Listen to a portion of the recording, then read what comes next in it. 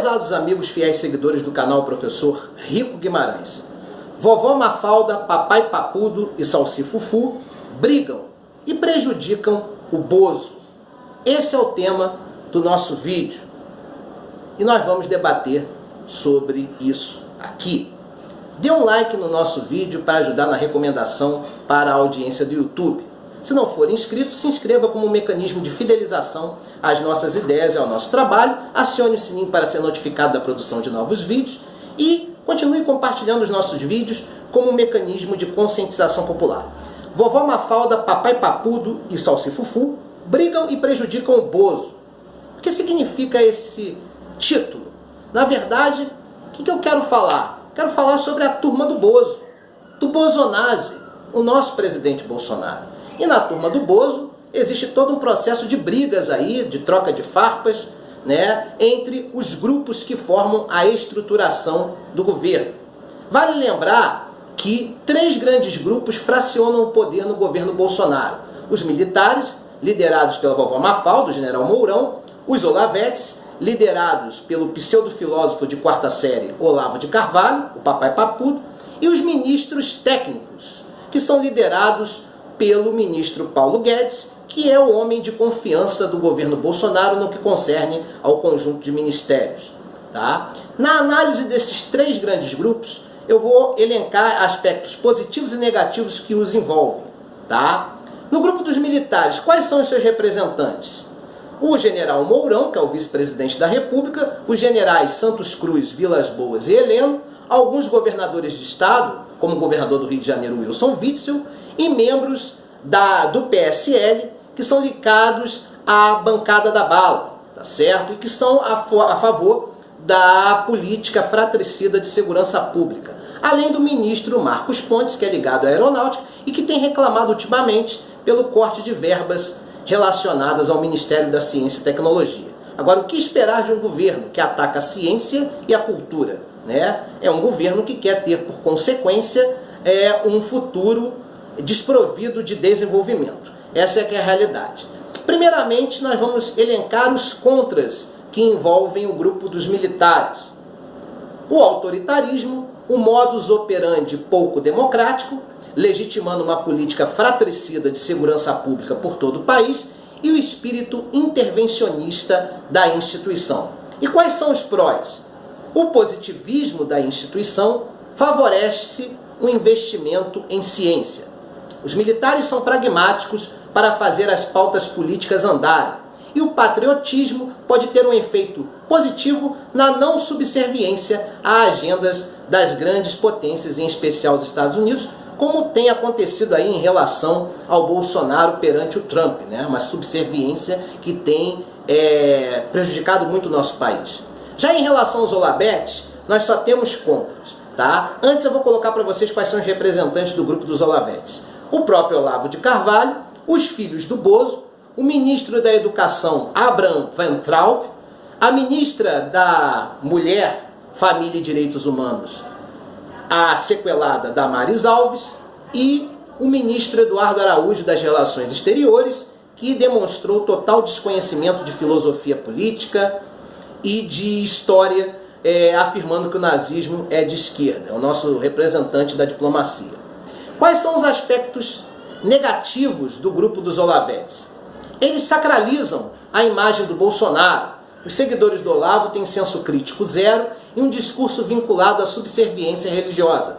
Possuem uma visão retrógrada em relação às necessidades do país, servindo como intelectuais orgânicos da imbecilidade, defendendo a redução de verbas para as universidades federais. Um golpe deletério no investimento à ciência e tecnologia e à intelectualidade que forma pensadores que estimulam o senso crítico contra o status quo.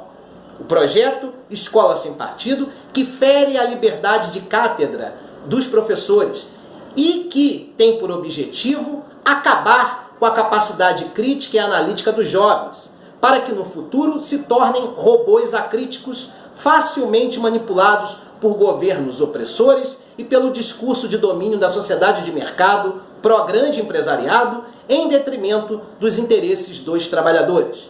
O olavismo cultural deturpa conceitos e forma zumbis acríticos viciados de moralismo, retórica religiosa, fundamentalista e defesa de uma cultura padronizadora de costumes e valores morais, num autêntico etnocentrismo cultural que persegue minorias e comportamentos alternativos dentro da sociedade, um autêntico obscurantismo cultural. Talvez o único elemento positivo seja que esse amadorismo político viciado de infantilidade no trato da articulação com a estrutura governamental e aliados, e isso é incentivado pelo grupo dos Olavetes, através das críticas que são efetuadas tanto pelo Olavo quanto pelos filhos do Bozo, isso produz toda uma desconstrução que enfraquece o governo Bolsonaro e o campo progressista agradece. Já o grupo dos técnicos são o grande perigo que, por sorte, devido à inapetência administrativa e à ausência de organização na articulação política frente ao Congresso, aliada ao pacto pragmático de governabilidade que não está sendo feito de maneira plena, não se consegue, assim, colocar a agenda criminosa desse grupo à frente. Quais são os seus representantes? O ministro da Economia, Paulo Guedes, o ministro da Justiça e Segurança Pública, o pseudo-herói Sérgio Moro, e o ministro do Meio Ambiente, Ricardo Salles. Quais são os malefícios que cada um produz para a sociedade através da sua governabilidade? O Paulo Guedes tem um projeto reformista que visa desconstruir toda a rede legal de proteção dos interesses de pobres e trabalhadores para favorecer o grande mercado, sendo pró-empresariado com um quadrilátero reformista que é desenvolvido pela reforma previdenciária, a reforma trabalhista, a reforma tributária, a reforma política e jurídica, consolidando o Estado mínimo no Brasil. No caso do Moro, mudanças no sistema jurídico e na estrutura de segurança pública que irão legitimar a política fratricida de segurança pública no Brasil.